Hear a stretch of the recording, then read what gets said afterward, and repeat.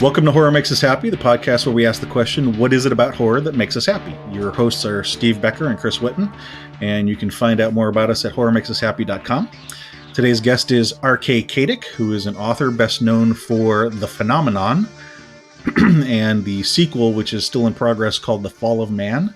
I think you mentioned a third book, Applewhite. Is that finished or is it still in progress?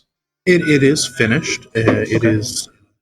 It is stuck in an editing loop, trying to get everything clear cut for publishing. But it is available in its full raw form, the rough draft, online. On the Reddit subreddit, RK Katic subreddit? Yes, on the subreddit. All right. We will link to... There's an RK Katic subreddit and another subreddit for The Phenomenon. We'll link to both of those in the bio on the Horror Makes Us Happy website. We do know that RK is actually out at a restaurant for the Wi-Fi. Bear with us on the audio. We'll try to fix as much of that as we can in post, but it's something that we'll just have to deal with. So before we get started, was there anything in particular you wanted to plug? Of course, there is the Phenomenon Pod, which is the podcast through Lucille Creative. It's available on, it's on YouTube. It's on Google Music. It's just about everywhere. You just have to look for it. Okay. Let's see. So before we get started, a little information for the listeners. Some trigger warnings. We are going to be talking about horror-related stuff, which could involve anything: murder, rape, suicide, child abuse, F-bombs, cursing. So if you're not prepared for that, please take care of yourself and then come back when you're ready. RK, for your information, in the interview, we'll be sort of asking the same sets of questions in 3 different ways, covering your childhood, teenage years, and adulthood, to find out what it is that your connection to things related to horror. We're coming at these things from multiple angles because sometimes that triggers memories that you might have forgotten about. But that said, it's not meant to be a therapy session, so if anything pops up that you don't want to answer, just say you'll pass on that and we'll move on. So starting with childhood, what were some of your earliest memories of scary things? Well, honestly, I think the very first scary memory that I had was a nightmare when I was actually a very small child. I was in the home of one of my babysitters, and walked through a kitchen. There was a grate on the floor, part of the heating duct system.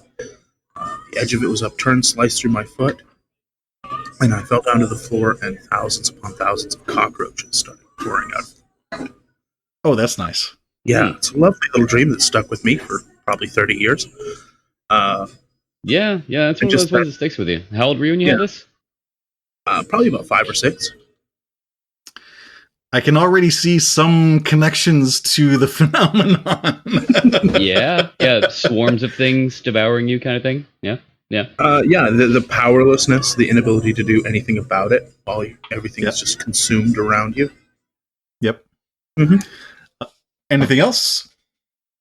Well, there's one that I suppose my parents and some therapists would probably say was bad, but walking in to my parents watching the original Interview with the Vampire, the theater scene where the woman is devoured alive on stage, that stuck with me.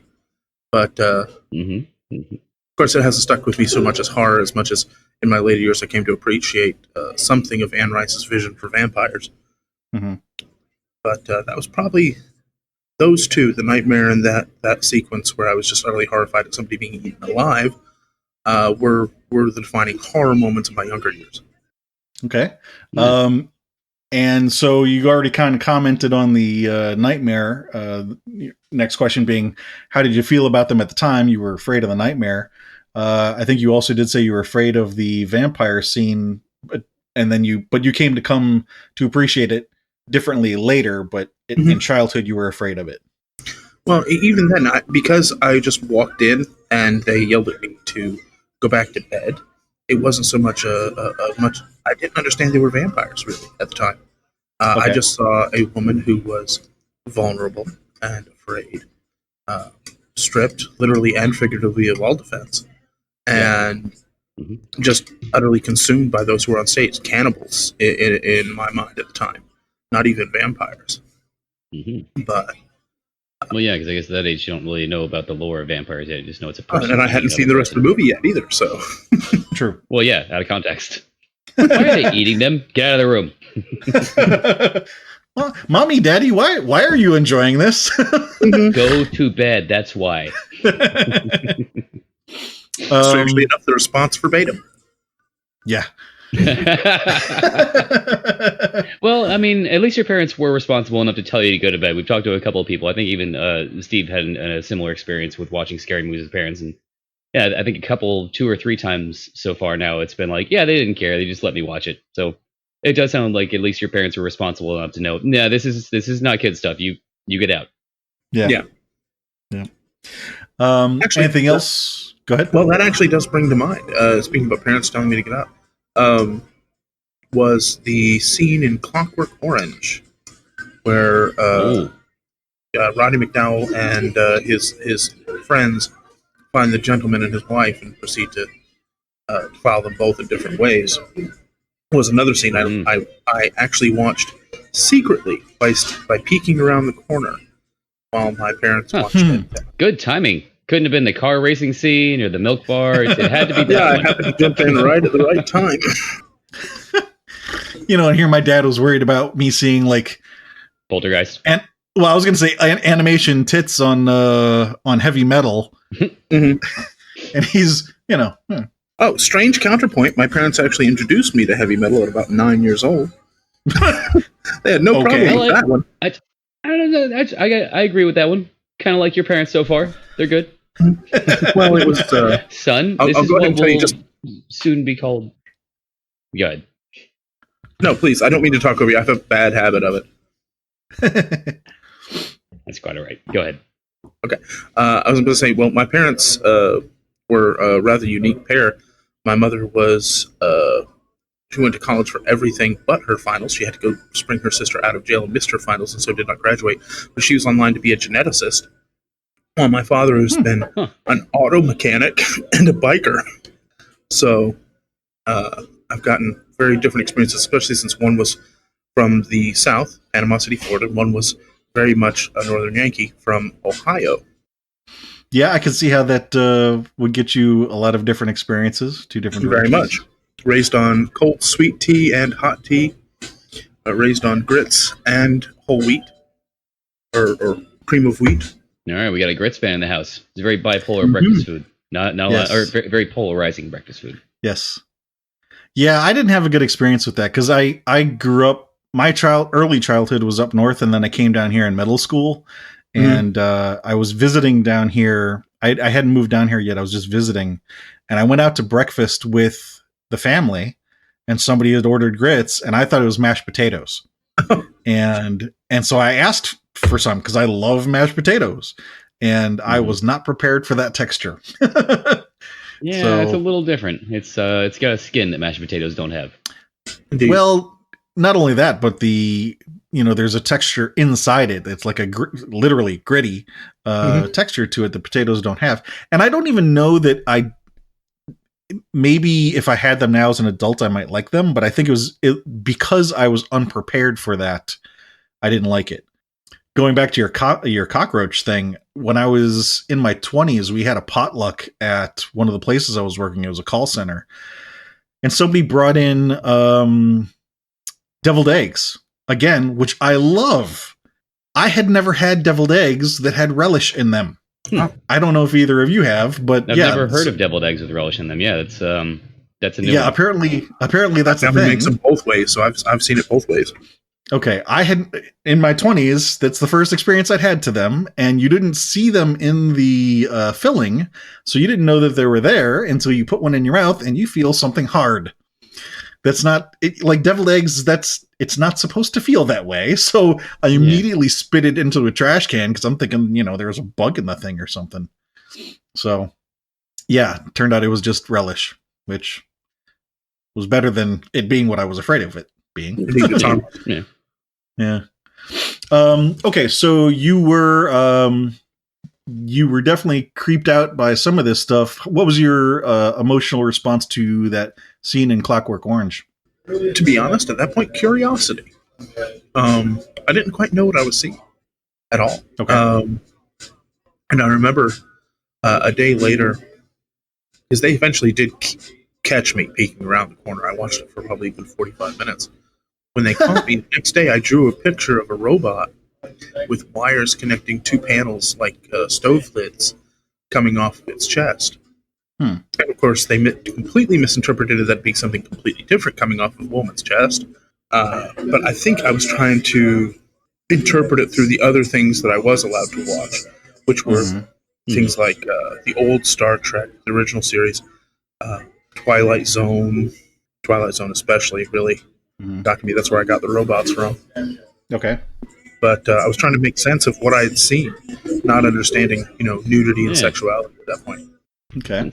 That's funny. It's almost a different angle on the whole worry of accidental exposure of children to adult material, and the fact that I don't know, it should always be avoided, of course, if possible. But sometimes they're too young to understand what is happening. So yeah, you just looked at that like, I don't know, it's a robot. It had parts I didn't have. There you go. Yeah, that's one way to put it. Okay. So in your childhood years, did you have, how can I say this? Was there a friend or family member or multiple friends or family members who were fans of horror related stuff that kind of got you into that? Or was it completely alien to you at that age? Not in my much younger years, not in my early childhood, thinking 10 and below.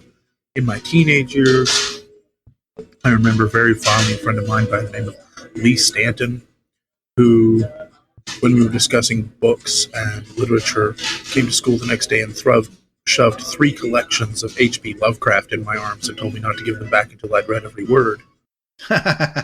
Okay. So I made a note of that. We'll come back to that in a minute. Let me see.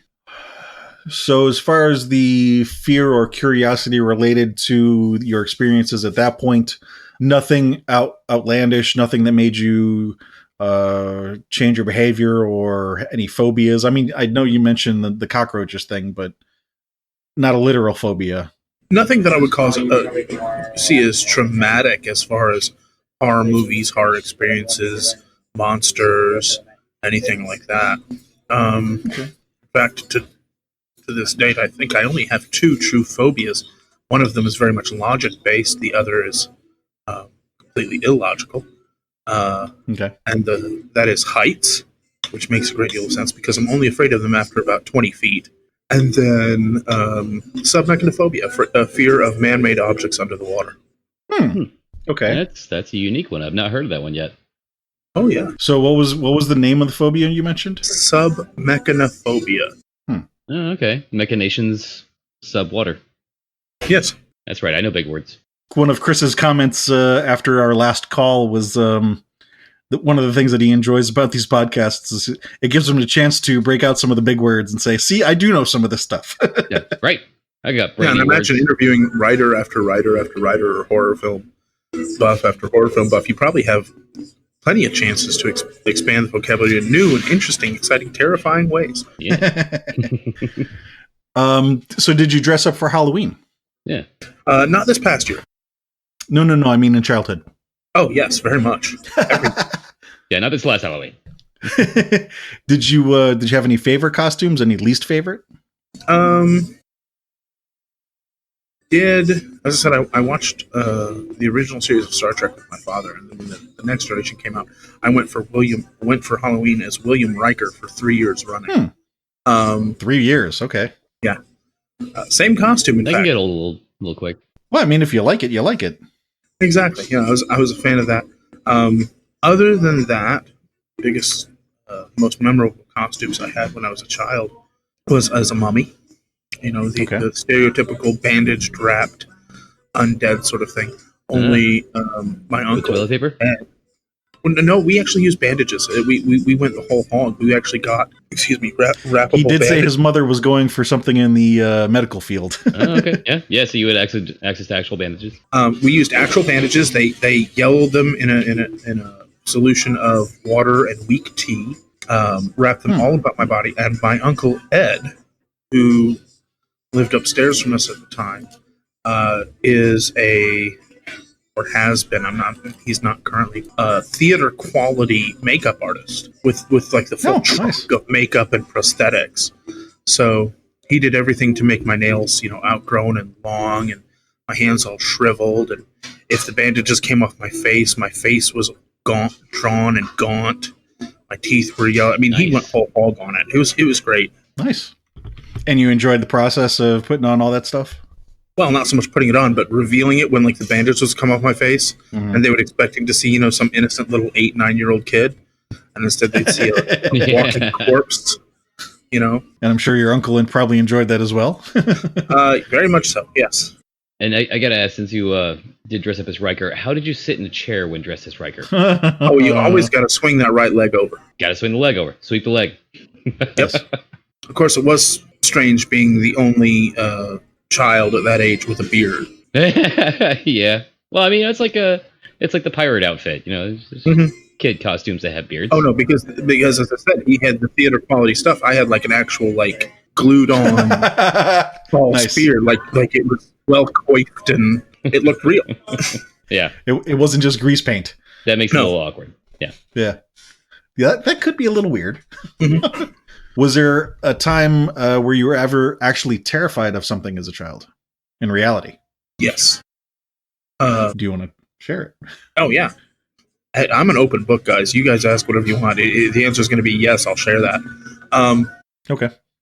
When... Did you kill John F. Kennedy? No. Ah. There was a lot of hesitation there. Not myself. Anyway, we lived in a house up north. I moved from up north to down south when I was 16.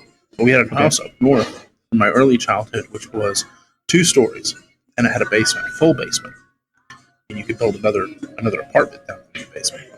But previous residents, before we moved in, had gone through and stripped as much of the wiring out of the basement as humanly possible. So the lighting down there was limited to one tiny, overworked 30-watt incandescent. And so, of course, the basement was full of shadows and spiders. And the house was on sort of a hill or a rise.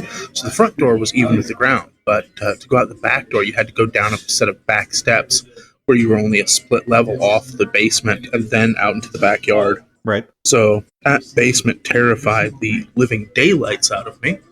I was always certain that there was some type of giant spider or other bug of some kind down there waiting to eat me, whether it was a centipede or a millipede. I took to the habit of going out the front door and walking around the house rather than just taking a 6-step travel down the stairs and out the back door. As one does. Yeah. Sometimes the longer path is the better path. Mm-hmm. Or the safer one. Yeah. They're more preferred.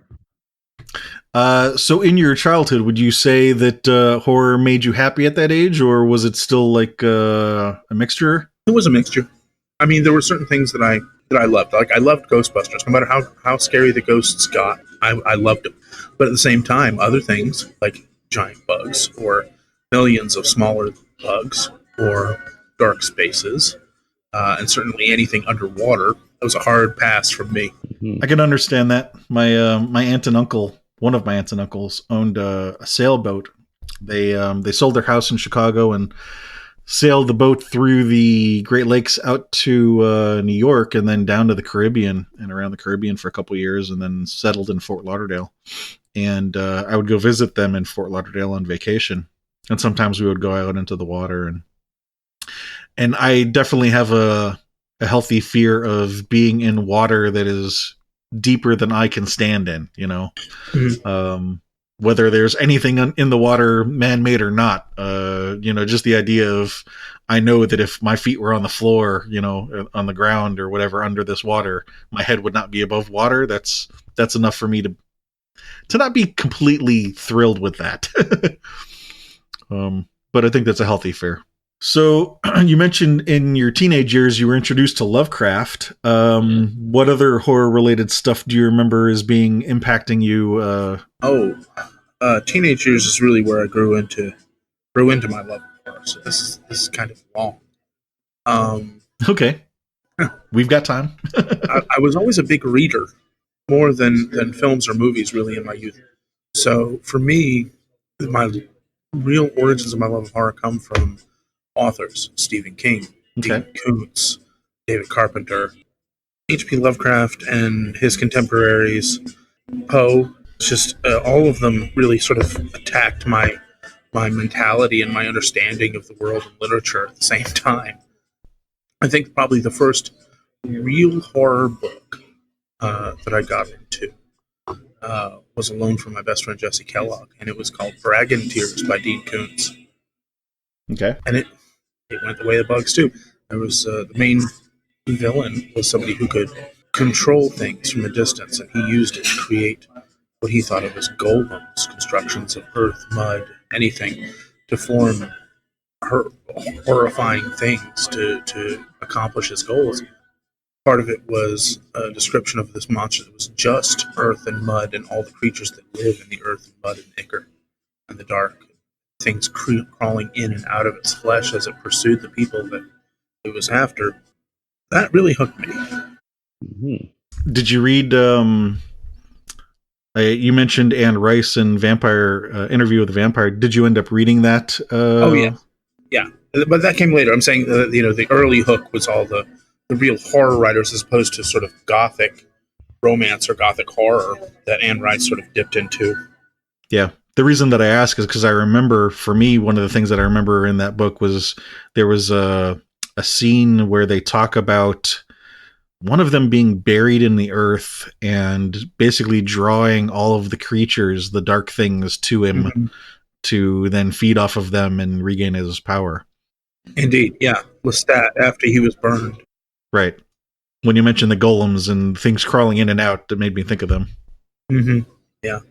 Insects, creepy crawlies, small reptiles like salamanders and things like that, they've always had a certain power in my mind as something that's utterly alien to the human experience. They don't think like us. They don't live like us. They don't see like us. They don't smell like us. They don't experience the world like we do.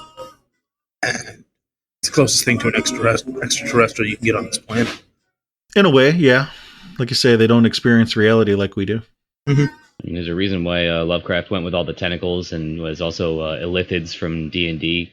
Mm-hmm. Yeah, and I'm a big player there. I play D&D. In fact, got something going on later tonight. Mm-hmm.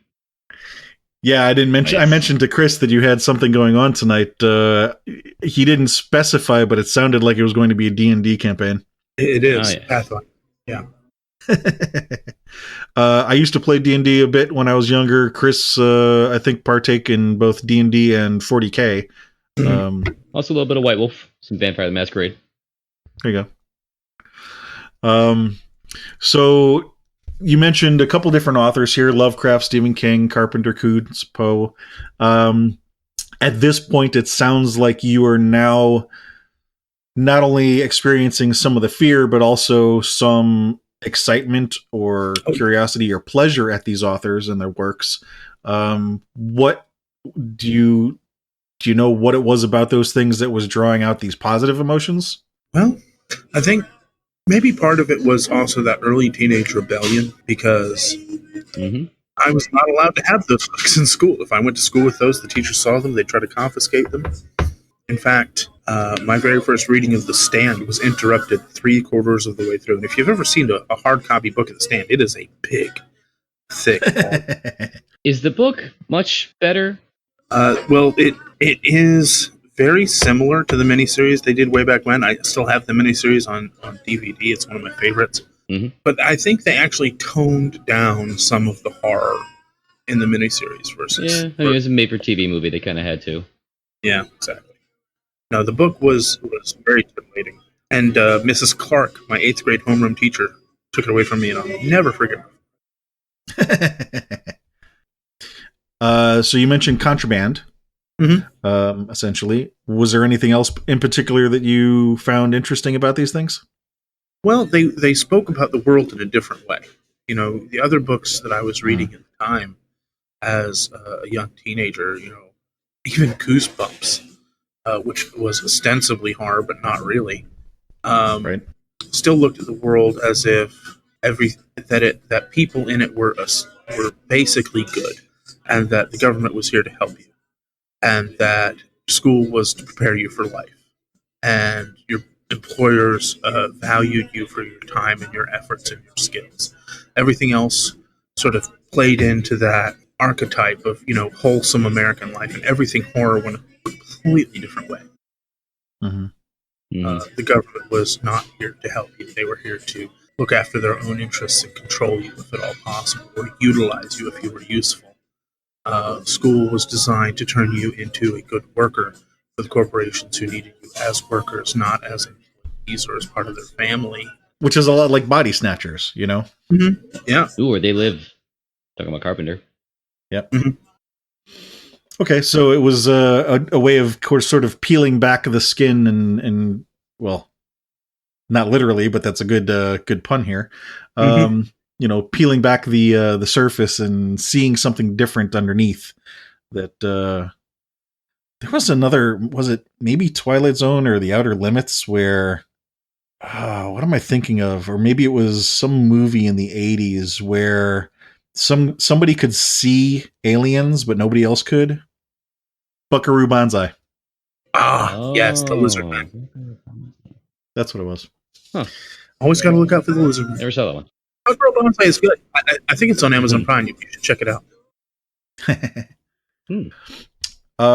So you mentioned you did have at least one friend who shared this interest of horror-related stuff with you. Yeah. Just one? Multiples? Multiples, yeah. In fact, my whole friends group is really responsible in my teenage years for getting me into horror and those sorts of literatures and fictions. Lee Stanton, of course, was the H.P. Lovecraft guy. He loved everything H.P. My friend Jesse was a Stephen King fan. My friend Matt was Dean Koontz. They all had their particular favorites, which they shared with me. Sort of turned me on to horror here and there. So they were all readers, though? Very much. We were all big readers. We were the losers club of high school. We were the outcasts, the geeks, the ones who didn't get dates. So you mentioned a lot of reading going on, but I haven't heard you mention any of the horror-related comic books or magazines. Well, he mentioned heavy metal. I was thinking more like Vampirella and Eerie and Creepy. Oh yeah, or like Well, to tell you the truth, when I was a kid, I didn't really get into comics. I guess I was really lucky in, I mentioned my aunt and uncle that went down to the Caribbean. Well, they packed up their house, and one of my older cousins left her comic book collection to me. Well, not really to me, but she left it at my grandmother's house. We just lost him. Yeah. We lost Katic. All right. Yeah. All right. So before we lost connection, we had commented about you didn't have any comic book stores near you, which impacted your ability to at least experience those. I had commented that I had an aunt and uncle that went down to the Caribbean. They packed up their house. My elder cousin left her comic book collection, and I was able to read up on some of those. And some of those had some horror themed comics in there, like The Witching Hour. But jumping back into interview proper, so you had mentioned that you had a whole friend group that was interested in a bunch of different horror authors. So it was good that you had some sort of a social group that was, bringing some positivity to your enjoyment of horror, not only just you by yourself, but having a group that you can talk about what you like and don't like about them. Was anybody else in this group an aspiring author, or not so much an aspiring author? Their artistic aspirations went different routes. Okay. Jesse loved programming languages. He wanted to make video games. Lee was an artist. He could draw just about anything you might imagine. And his goal was actually to go into RPGs, pen and paper RPGs, like Dungeons and Dragons, and do the art for their books. Matt went, as an adult, he went into photography, but it wasn't an interest when we were kids. So in your teenage years, did your exposure to any of these horror books introduce any new fears that you hadn't had earlier, or did it cause you to change your behavior in any way? People. I wasn't afraid of people before that point. I didn't think that people could accomplish horrific or inhumane or cruel things And reading those works of fiction led me to more research works of nonfiction, historical, contemporary, serial killers, things of that nature. And I learned that people aren't necessarily always good. This is true. When it comes down to it, man is the most evil creature out there. Yes. The ultimate game. Not to say that, also the best prey. Yeah, that's what I was trying to remember. Was it just called The Game, or was it there's more to it? I think it was just The Game. What, the one with Michael Douglas? Well, I think it was with the film, but it was based on a short story. I'm trying to remember who wrote the short story. I think the short story was just The Most Dangerous Game. Maybe it was the Most Dangerous Game. Yeah, Most Dangerous Game. I think that's the story, and I think the movie was just The Game. I think you guys are right on that. Shoot? I don't think it was called Turkey Shoot, although there may be another one called that. There is. It's a similar thing. It's like, people let loose in the woods, hunted by rich people that are crazy. Yeah. Read that in high school, and then we watched the film afterwards. So did you continue participating in Halloween into your teens? In a lesser manner. I didn't quite dress up as much. I would just throw together something in order to go get candy. Nothing. I didn't intentionally try to look scary as much as I tried to look the part of whatever half-cocked idea had come into my head at the time. My teenage years, I was born in 1984. My teenage years, the early part of them was the late 90s. And so I remember one Halloween, I did nothing but put on black sweatpants, a black sweatshirt, a balaclava, and a cardboard box, and pretended I was Solid Snake. I'd knock on the door and then drop into the cardboard box. Yes. See, this is an example of where it's not fair that when our teenagers, in our teenage years, smartphones weren't prevalent, because you could totally have a smartphone in that situation and have that sound when someone discovers you queued up, like when they open the box, like, wing. Mm-hmm. In fact, I think I'm going to pass that on to my son for this Halloween. Dude, totally do it. Yeah, and have him have the sound queued up. It'd be perfect. Mm-hmm. Any other costumes that you remember, or least favorites? Least favorite had to be the year that my parents tried to go all PC as far as Halloween costumes go, and tried to make me go as a clown. Rainbow body jumpsuit, red nose, white face paint. I was a teenager looking at girls. This was not a pleasant experience. I can relate. No. I can relate. Mm-hmm. My least favorite my least favorite costume also involved being dressed as a clown. You're a little bit younger, and yours is a bit more traumatic, though. This is just like, Mom and Dad, this is lame. Yeah. Yeah, in my case, I must have been either pre-K or first or second grade. Wow. And yeah, in my case, I felt like I was getting laughed at by everybody that I knew and loved. So not so pleasant for me. But like you said, for him, it was just, I'm a teenager. This is lame. Yeah. Not to downplay that at all. I mean, in your teenage years, not impressing the ladies is like the end of the world. Exactly. Which is, I'm trying to impress upon my own children that everything they take so seriously is not going to matter once they graduate. Yeah. Yeah. And everything they're not taking seriously is. That's a very hard lesson to probably. impart. Yeah, I was going to say, good luck with that. It's tough getting through to kids. This is going to go on your permanent record. Permanent record. Permanent record. I've actually considered drawing up a. What? Go ahead. You were going to say something? I was going to say I've actually thought about drawing up a false permanent record of my own and hauling it out and telling the kids that I had detention in third grade for pulling on Molly Shannon's pigtails. See? It's permanent. I still have it. Yes. Right? Like make it all official with a U.S. government seal and everything. And I didn't get a job promotion last year because of this. Exactly. Yeah. I mean, if you want to go real dark with it, you'd be like, Christmas is canceled this year because of my permanent record. They're garnishing my funds. No, I'm not that cruel. Yeah, now, that's a laying Santa out in the front yard with a shotgun wound. That I could do. But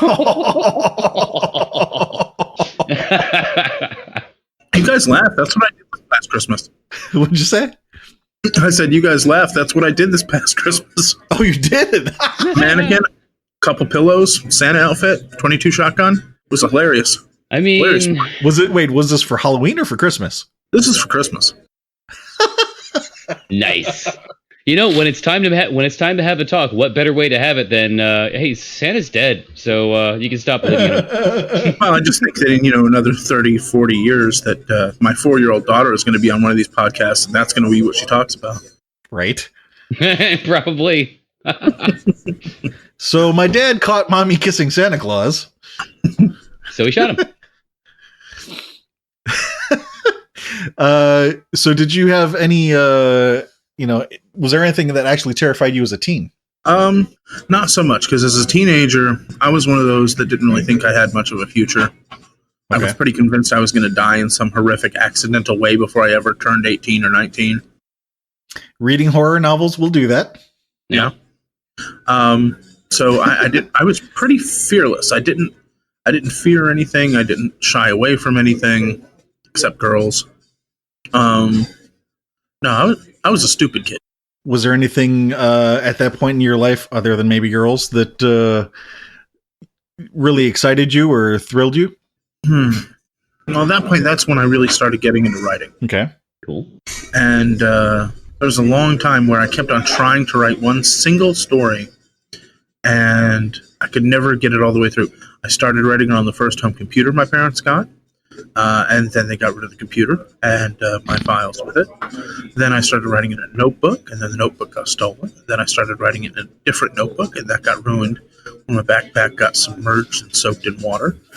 I mean, it's just repeated attempts to start that seemed the universe was trying to sabotage me. I was about to say, that's the point where you ask, like, all right, so is something trying to tell me something? Exactly. So is this one of the 3 that you've been working on? No, it's not, actually. Though I have hinted at it on online posts on Reddit here and there. It's been a work that has been on the back of my mind for a long time, and I think if I ever actually get to the point where I don't actually have to work 40 hours a week for a living, I might just get around to writing it. Reach. Right. I can relate. Yeah. But I've sort of nicknamed it in my head entanglement. After quantum entanglement, the idea that 2 disparate particles can be linked in such a way that they reflect their states across any distance instantaneously, regardless of the speed of light. Right. Mm-hmm. And it's this idea of a person who, every time they experience some type of significant change, when they go to sleep and then wake up, their consciousness changes. When they may get knocked out or overly emotional, or anytime a certain mental state is reached, they switch and they go from being themselves in their normal everyday life to themselves in a much older body, alone on a world that's been absolutely decimated by some type of apocalypse. And what they do as a child can affect their life as an adult in that burned out hulk of a world. Mm-hmm. Yeah. I found myself writing similar aspect stories like that before. Like it's kind of like if you've seen the film Arrival, and spoiler if anybody hasn't seen the film, but in the end you find out that the gift that the aliens give us is a cyclical, almost fifth dimensional understanding of time, where she unknowingly or unintentionally jumps in between different timelines. Suppose I should have asked if you've seen the movie. I had not, actually, no. So I can see the similarities. Mine was more, it was going to be both the horror of trying to survive with literally nobody else left on the planet, but also the fact that if what he could do affects the later timeline, which is going to be something 10, 15 years later, is there a possibility of stopping it? Mm-hmm.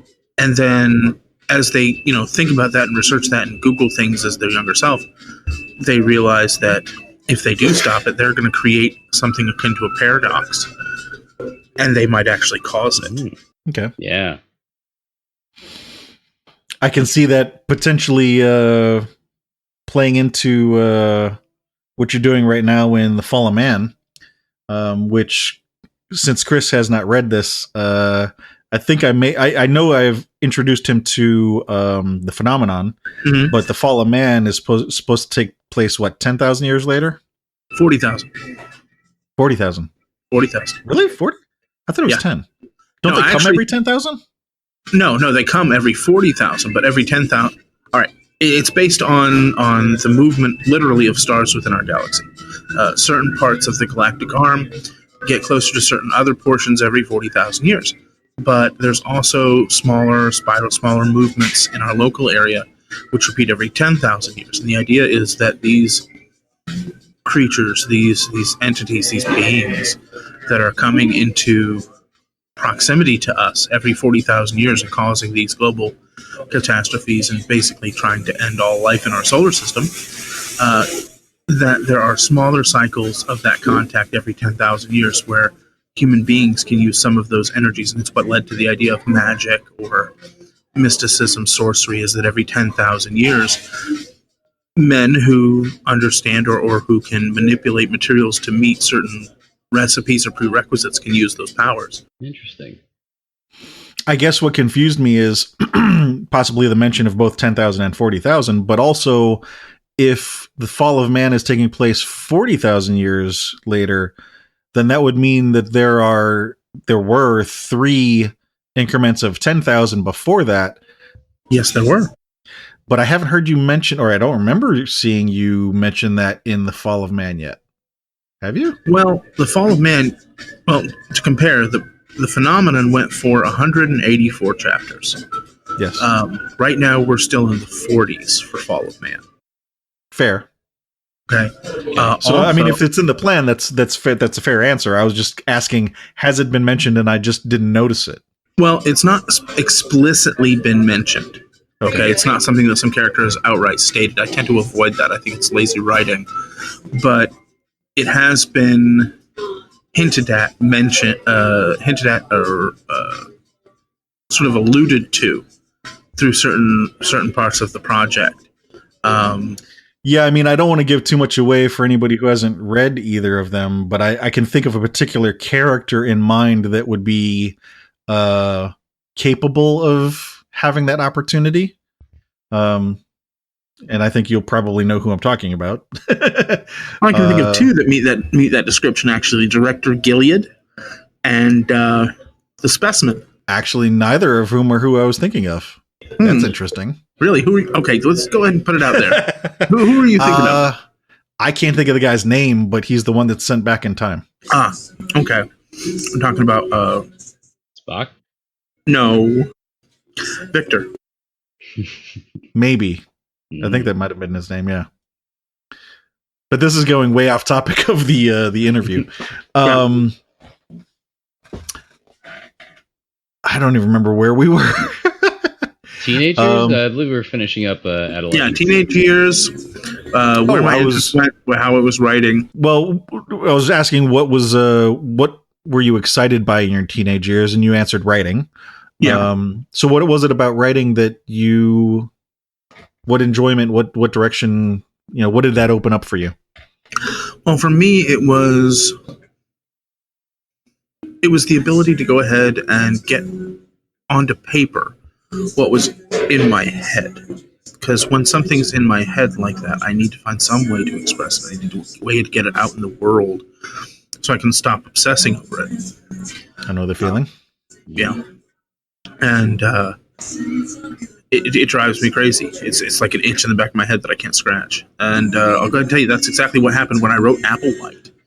I had a dream that I could not get out of my head until I put it out there.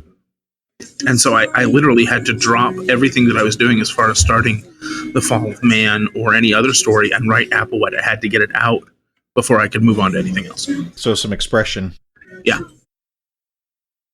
I know the feeling. As I play guitar, I've played on and off since I was in high school or early college, and there have been times where I'd wake up with a melody in my head, and it's one of those things where if I don't figure out, grab the guitar, figure out how to play it, then I'm just going to lay there in bed, and it's going to repeat over and over and over again in my head until I do. Otherwise, I won't go back to sleep. So I feel you. So let's move on to adult stuff. What are some of the bigger influencing things that you have found as an adult that you have enjoyed? Well, that I've enjoyed, or that have inspired me or moved me towards my love of horror and those genres that I work with. Answer them both. Okay. Well, what I've enjoyed, being a family man, having kids. I have 2 ex-wives. I have a most recent ex who I had a child with. Between all of them, I have 7 children that I consider to be my kids. Okay, the qualifier there for a second. I was about to say wow, but then you said that you consider to be your kids. Yeah, because I had 2 kids with my first ex-wife, 2 kids with my second, 1 kid with my most recent ex, and she brought 2 kids to the table before I, and I was with her for 5 years long, and that's 4 years longer than their bio dad was ever in their lives. So I've always been their dad. Being a parent and trying to turn this floppy pink mass of humanity into something along the road to being an adult human being and capable of taking care of themselves, it's an extraordinary task. It's an extraordinarily difficult task, but it has immense rewards along the way. That's what I found I've enjoyed as an adulthood. Now, when it comes to what has inspired my work, that's been all the other parts of adult life. Marine veteran. I only did 4 years. I never went anywhere, did anything horrific. But the soul suckingness of being in a military occupation job, military occupation being a very different thing, and then working 40 hours a week every week for the entirety of my other adult life for companies that did not care for me, for goals that I did not agree with, to earn money to spend on things that I do not need. The whole bit of adult working life in society has inspired me to horror. Understood. Yep. Consume, obey. Yeah. Right. Or yeah, like I was gonna say, when you went from the joy and experience of child raising to what inspired me is like, yeah, what inspires you are the things that are awful in life, the not happy things. Yeah, exactly. Any particular works of fiction or nonfiction that stood out to you as impressing on you in these adult years? Well, nonfiction, I'm very much a military history buff. So World War II being the biggest conflict in human history, really.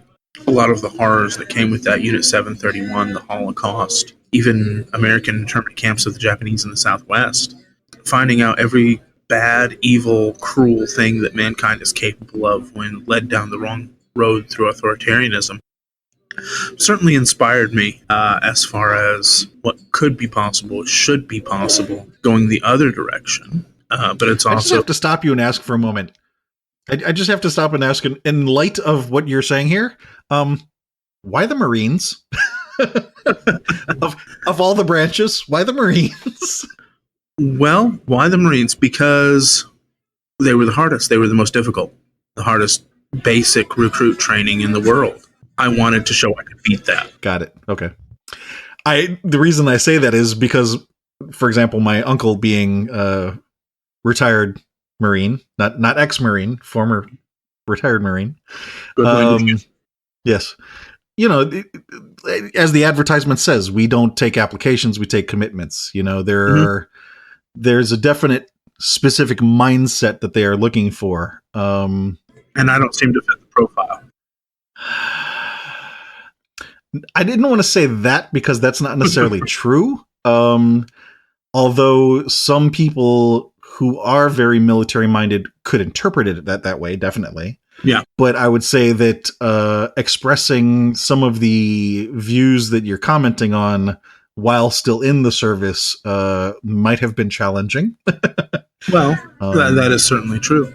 I remember at one point going over a training schedule.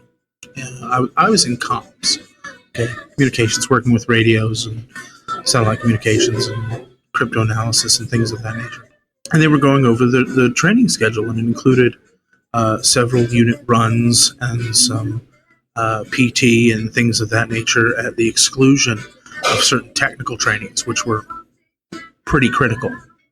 Okay. And I expressed a little bit of disagreement there, and I was taken aside by my NCO, and he asked me, as ridiculous high school level sort of punishment, to write an essay on the importance of physical training to have to him by the next morning. Really? Yes. I was 21 years old in the Marines, my third year, and being made to write an essay overnight. I mean, at least he didn't make you write anything on a blackboard. No blackboards, but it had to be 6 pages, single-spaced, one night. So I did. I did. I wrote it. I sat down. It took me about 4 hours, but I wrote out the 6 pages, single-spaced.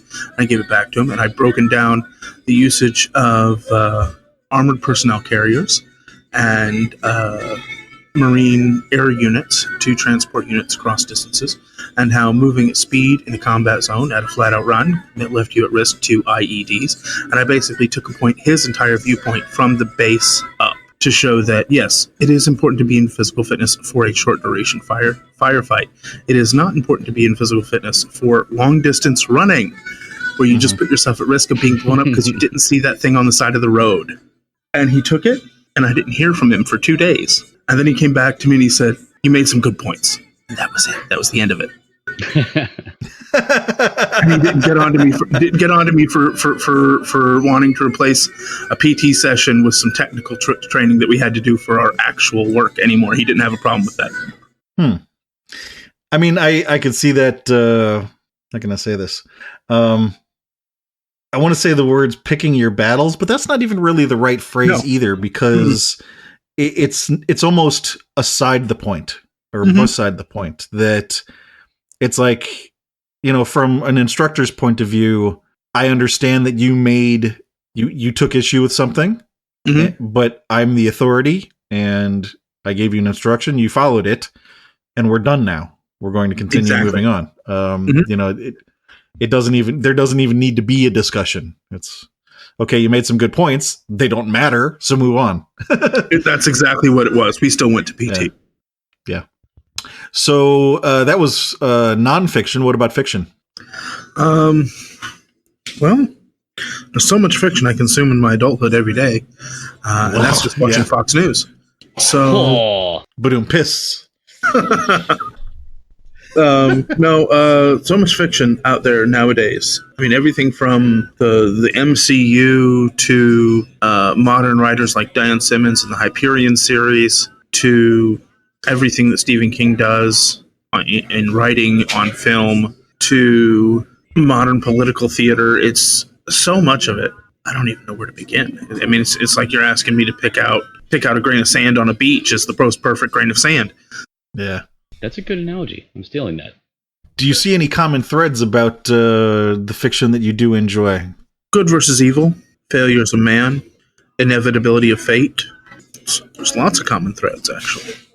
One that I've definitely tried to explore myself is the inevitability of fate, is the idea that if something happens, no matter how much you want to do anything about it, no matter how much you think you may have the power to do about it, sometimes you're just going to get gobsmacked by reality. I mean, you introduced me with my most well-known work, The Phenomenon. One of the things that I've been criticized for is that the characters in the story of The Phenomenon have very little agency to affect their fates. But that's how reality works a lot of the time.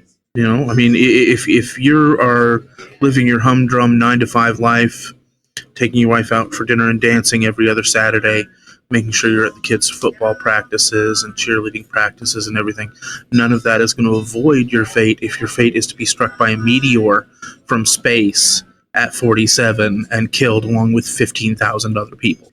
Nothing you did mattered, okay? And The Phenomenon is a lot like that. It comes, it obliterates. Nobody has any say in it. I don't know if I completely agree with that. I mean, having read it, I mean, there are characters who, how can I say this? They have agency, but I think what you might be saying is their agency doesn't matter because, okay, if you have agency to do something and you do it and end up dead, then, there could be some people who say that equals no agency. I personally would disagree. And then there are other characters who do have agency and do things and they succeed, but they had the agency where they could have made the choice not to do those things. Like they could have run away. Mhm. So at least for me personally, I would disagree with that criticism, but I see your point of, your response to that is, well, yeah, you do have some agency, but that doesn't always mean you're going to succeed, because that is Right. life. Right.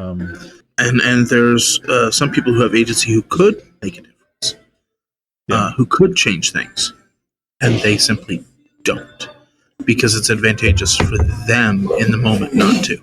Yeah. So what do you think scares you or excites you about these things that you mentioned, good versus evil, limits of man, and inevitability of fate? Well, I think good versus evil is a very obvious trope. I think everybody gets excited by it on one side or another.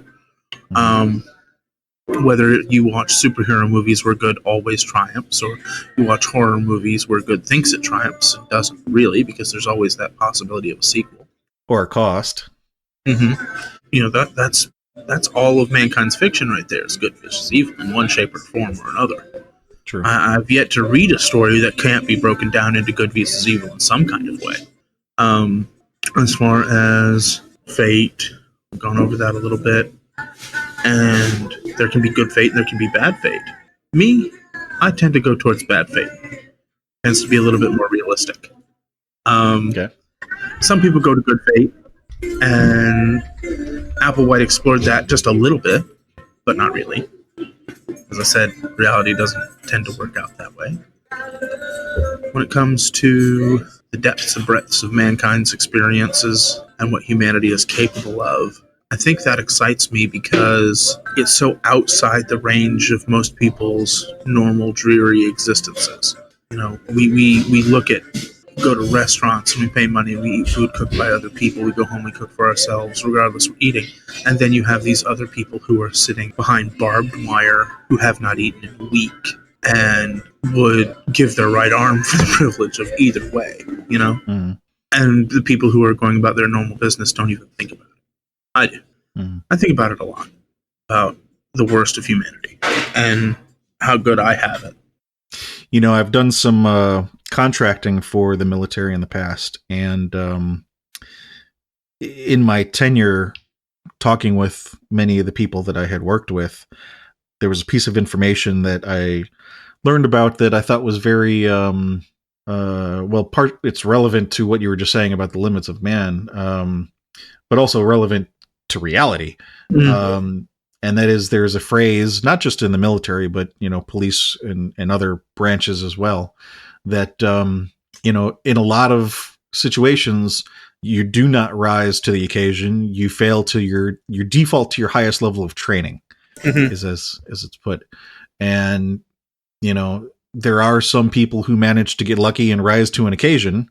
But there are a lot more people who die because there really was nothing else they could do, and in their last moments they default to whatever the highest level of training was, and that's just the end. They try it and fail, and like you say, that's realistic. And I'll tell you, it plays to a lot of the naivete of people who have risen to the occasion or gotten lucky. You see people in the media, in Hollywood, or in government, who say that if you just do your best and work your hardest, things will work your way. Of course they can say that. They're in Hollywood, they're in government, they're at the highest levels because things did go their way. Yeah. They have no idea of the thousands of people who tried doing exactly that and failed miserably. Yeah, survivor bias. Exactly. So, as an adult, do you have a group of friends that are still into horror, or is it just a diverse group of friends in general? I have a very small, knit group of friends as an adult. Yeah, tends to happen as you get older. The circle gets smaller. Yeah. And we have a very diverse group of interests. I'd say I'm the only serious horror guy in the group. I mean, as far as actual frightening, terrifying, blood-curdling abyss of mental depression and horror kind of fright. And then, of course, I've got a friend who just loves scary movies. So everybody loves scary movies. Yeah, exactly. They just don't know it. They just haven't found the right movie yet. Right. Yeah. Okay, so maybe not as much as a social dynamic as when you were in your teens, but that's okay. Yeah. I mean, that's the whole point of having the questions, is to find out what the situation is. Yeah. So anything happen as an adult that literally terrified you in reality? I can think of one time, really, where I was truly personally scared. I had a hernia a couple years ago, probably 8 years ago now. And my financial situation did not really work with me getting it fixed through the insurance I had through my work. I had like a $12,000 deductible or something, and that was more than half my yearly take home. Jesus. Well, when it finally got operated on 6 years later, it was the size of a softball. And because of the size of it, and because of how old it was, and because of my physique, I'm a big guy, they could not do it laparoscopically. They had to do the full-on, got me like a fish kind of surgery. And they told me I could die on the table. Wow. And I wasn't scared of that. My fiance at the time was. My girlfriend at the time was. She was terrified of it. I was not, because I was at that point convinced I was just going to live forever.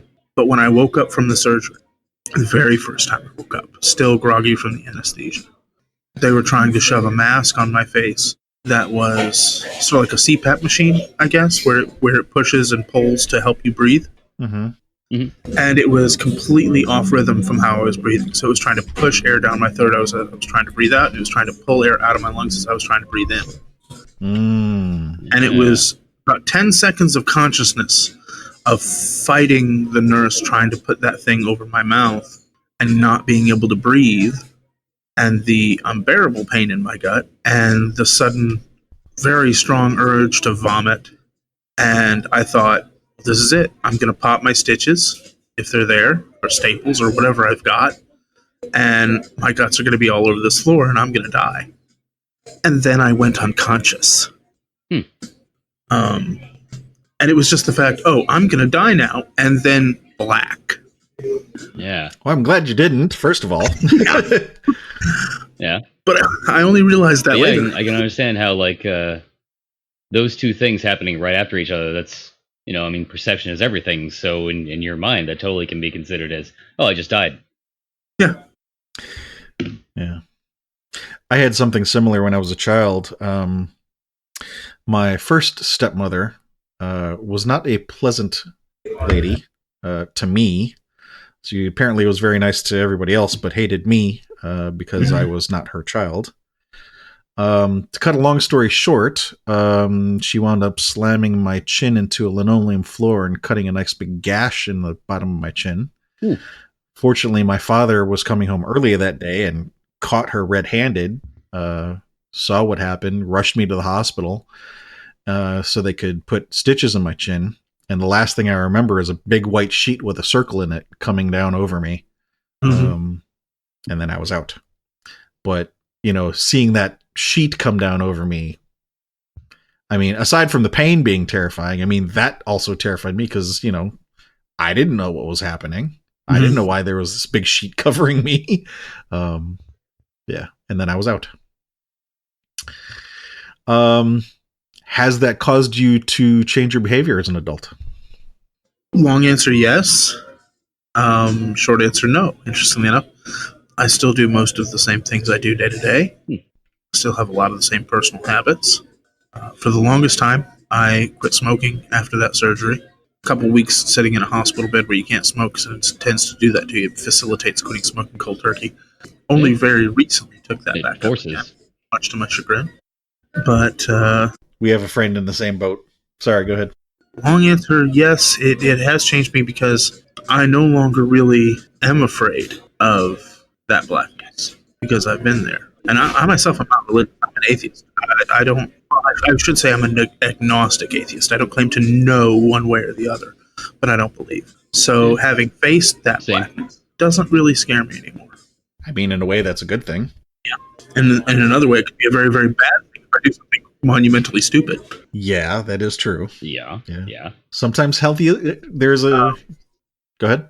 Yeah, I say if I do something monumentally stupid, unfortunately, I have a very long history of doing monumentally stupid things. It's a character trait I'm trying to grow out of. Good luck. It's not easy. How about Halloween as an adult? It's mostly for the kids. I mean, I enjoy getting cheap candy in the weeks after, but mostly Halloween is for the kids.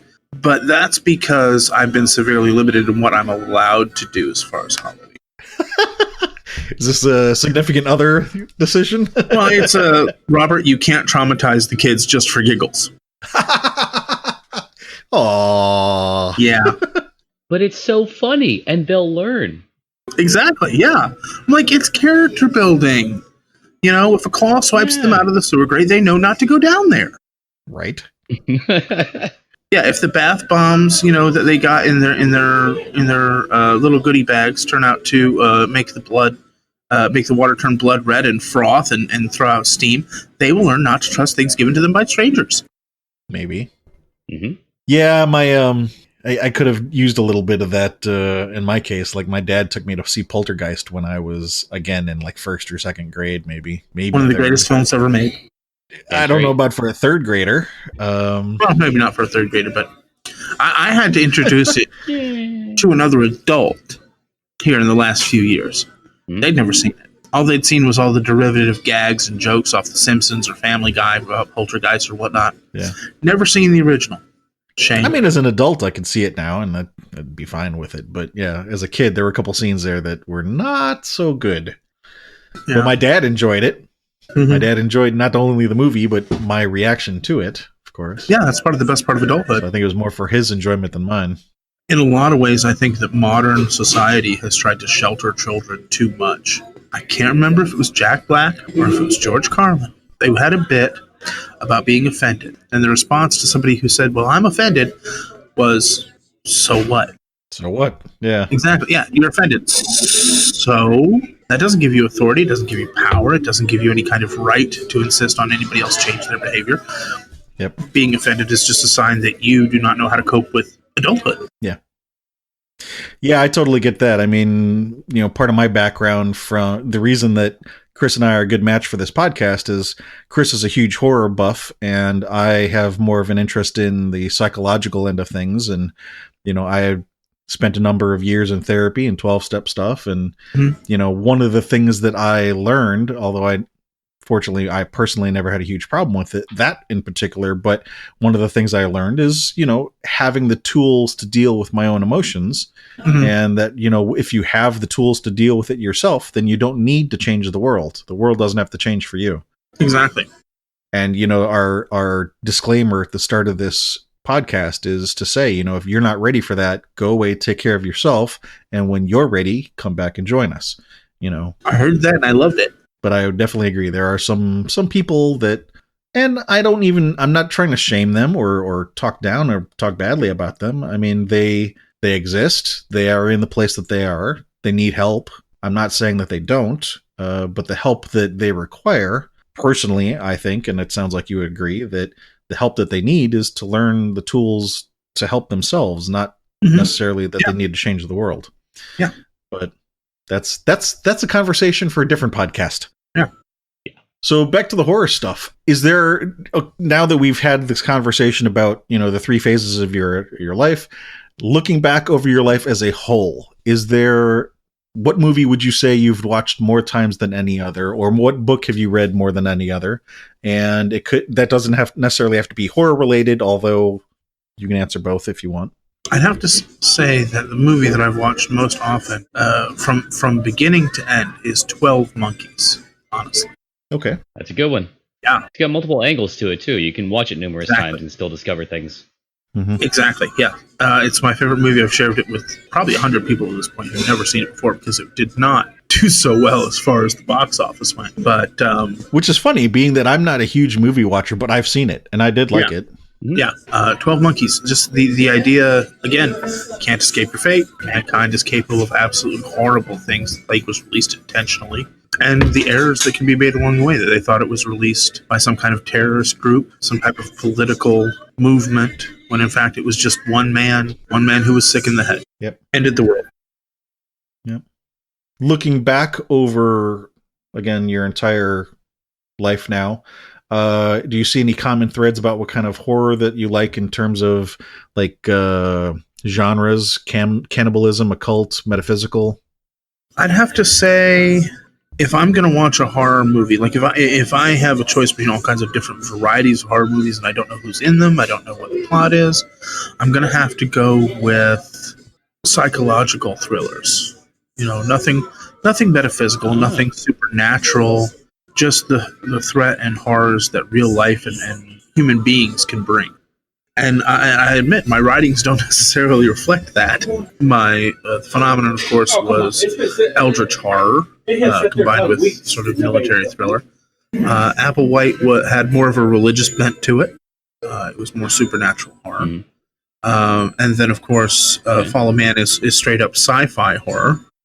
Yeah. So how do you define psychological horror then? Where the person is afraid because of their own mind, where they're afraid because of what they think, not necessarily what is true, or because of what they aren't thinking. They don't have a good grip on reality. Okay. Yeah. Recently, Joker actually took a play on that because, it turns out a lot of the things that we were seeing throughout the course of the movie was in his head, not necessarily in reality. Well, that was part of the thing. It was a question of how much of this is in his head and how much is reality. Unreliable narrator. One of my favorite things. Right. Yeah. It's always good. Any idea why it is you like those things? Maybe because I like being surprised at the end. Yeah, the ambiguity. I like not knowing. I mean, at the end, I especially love at the end if I still don't know. Another movie that's outside the horror genre but has the original Total Recall. At the end, you don't know if it's a dream or if that was reality, if it was programmed, or if it was half of each. Right. Yeah, they did kind of leave it open at the end of that. Yeah. Okay. That and you get to see Arnold's eyeballs explode. Well, that too. That and that one chick in the bar. Oh, yeah.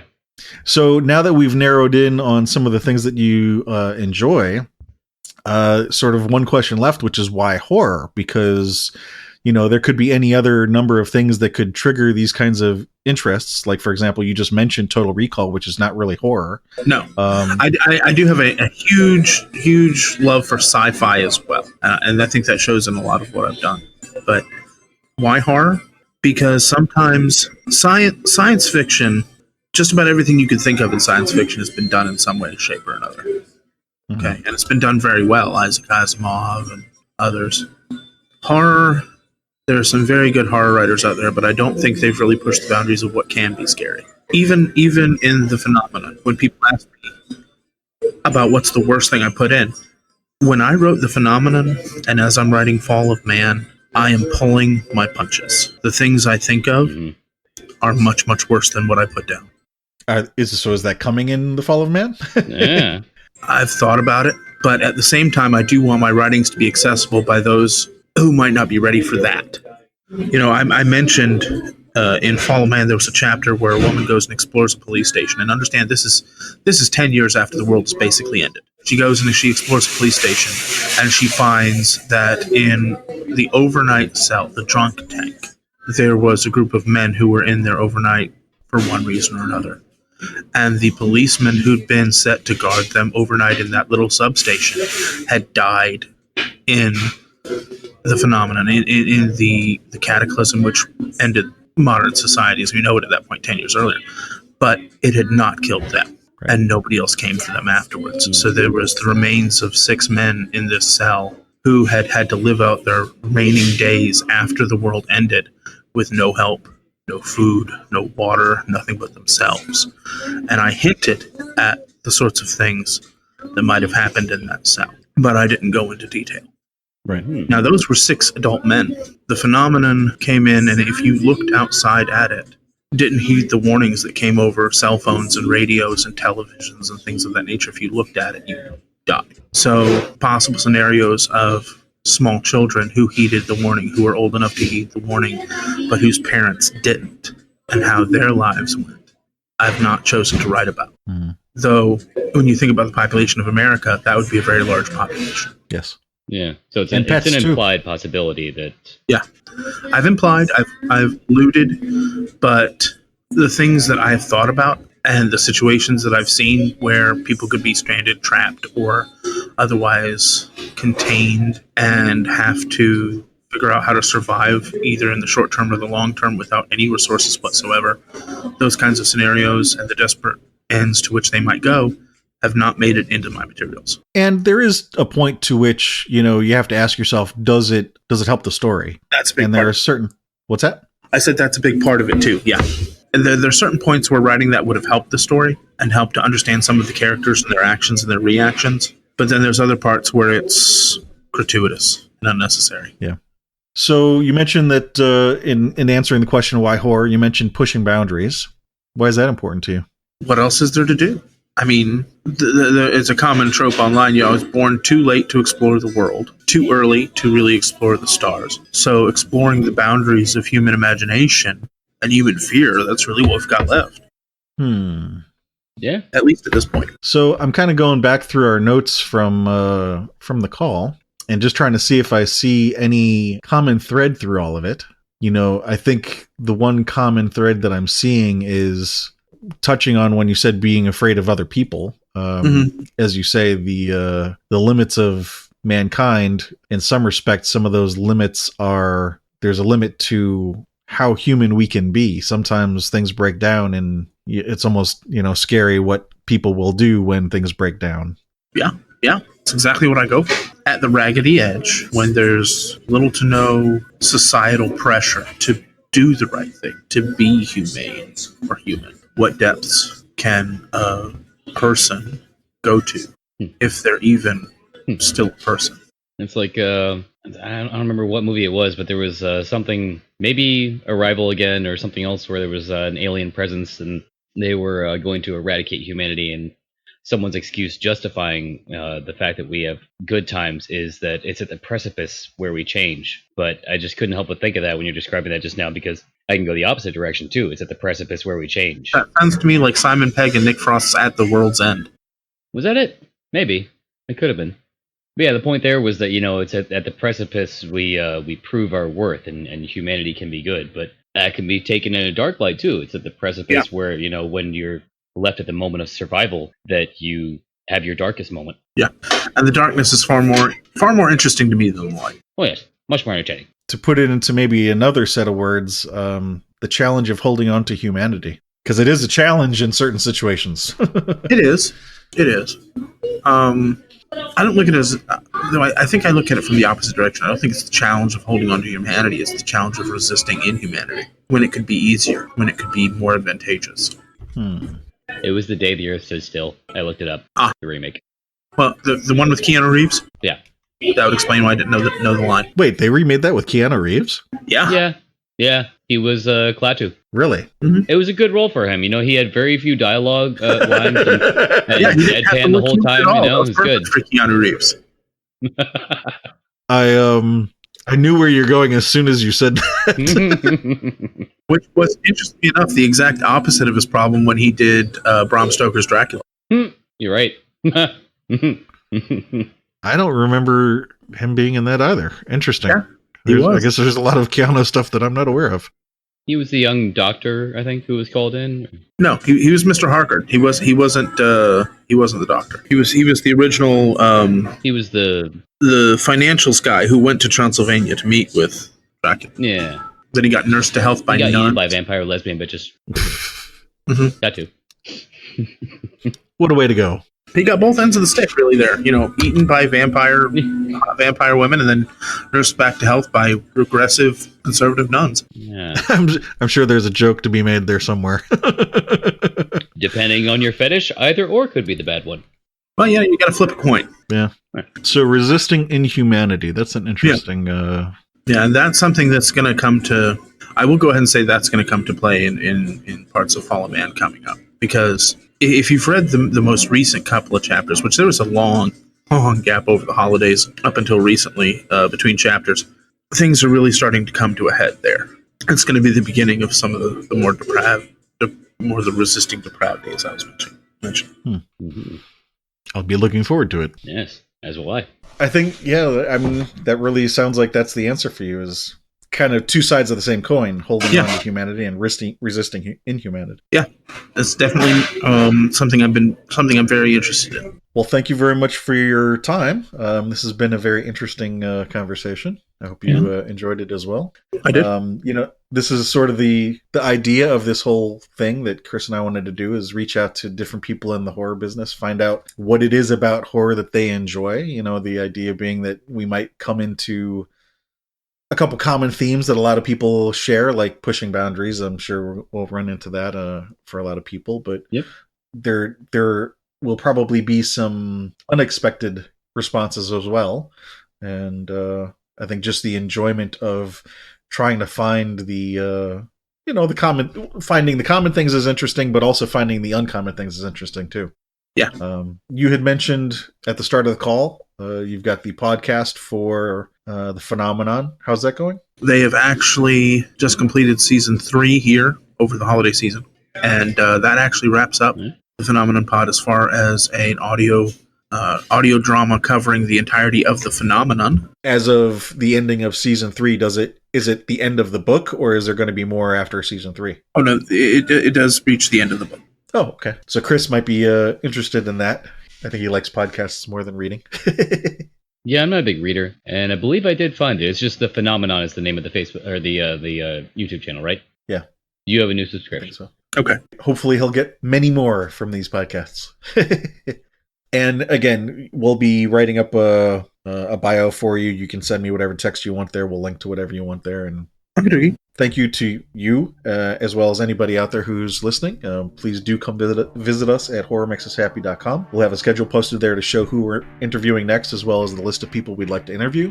If you can help us connect with any of those people, or if you know anybody that you'd like to see added to the list, let us know. You can become a Patreon supporter or link to our social media. In general, just let us know how we're doing. HorrorMakesUsHappy.com.